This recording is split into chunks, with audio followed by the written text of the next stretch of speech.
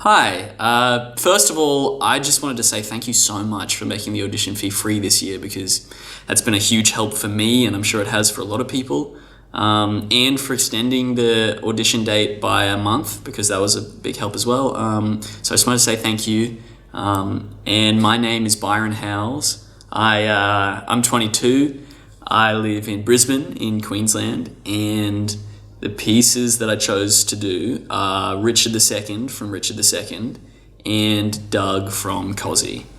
So thank you again, and I hope you enjoy them.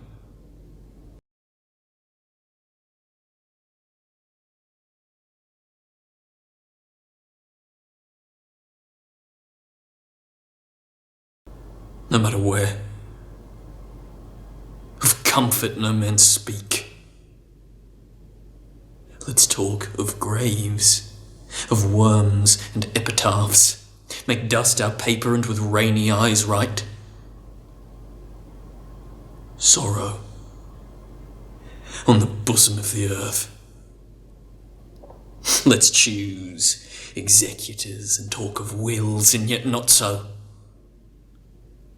For what can we bequeath save our deposed bodies to the ground? Our lands, our lives, and all the Bolingbrookes, and nothing can we call our own but death. And that small model of the barren earth which serves as paste and cover to our bones. Oh, for God's sake, let us sit upon the ground and tell sad stories of the death of kings. How some have been deposed, some slain in war, some haunted by the ghosts they have deposed, some poisoned by their wives, some sleeping killed.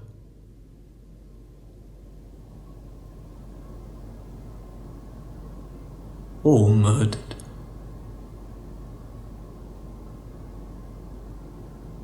For within the hollow crown that rounds the mortal temples of a king keeps death his court.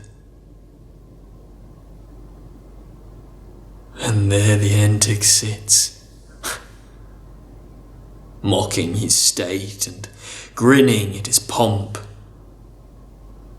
allowing him a breath, a little scene to monarchize, be feared and kill with looks, infusing him with self and vain conceit, as if this flesh which walls about our lives were brass impregnable. And humoured thus, comes at the last and with a little pin,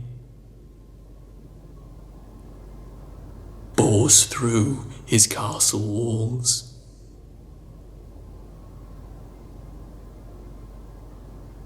And farewell, King.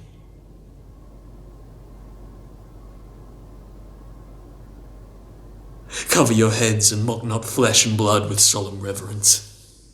Throw away respect, tradition, form, and ceremonious duty, for you have but mistook me all this while.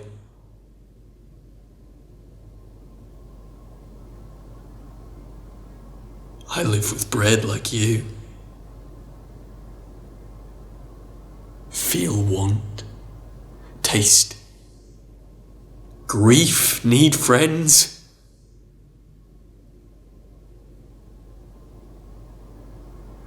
Subjected thus, how can you say to me, I am a king?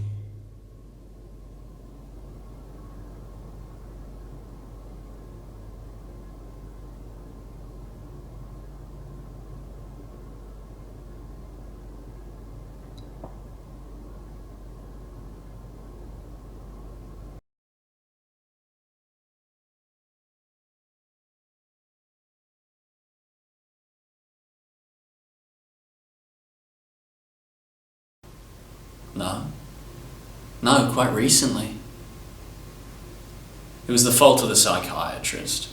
I'd been seeing him because of my pyromania.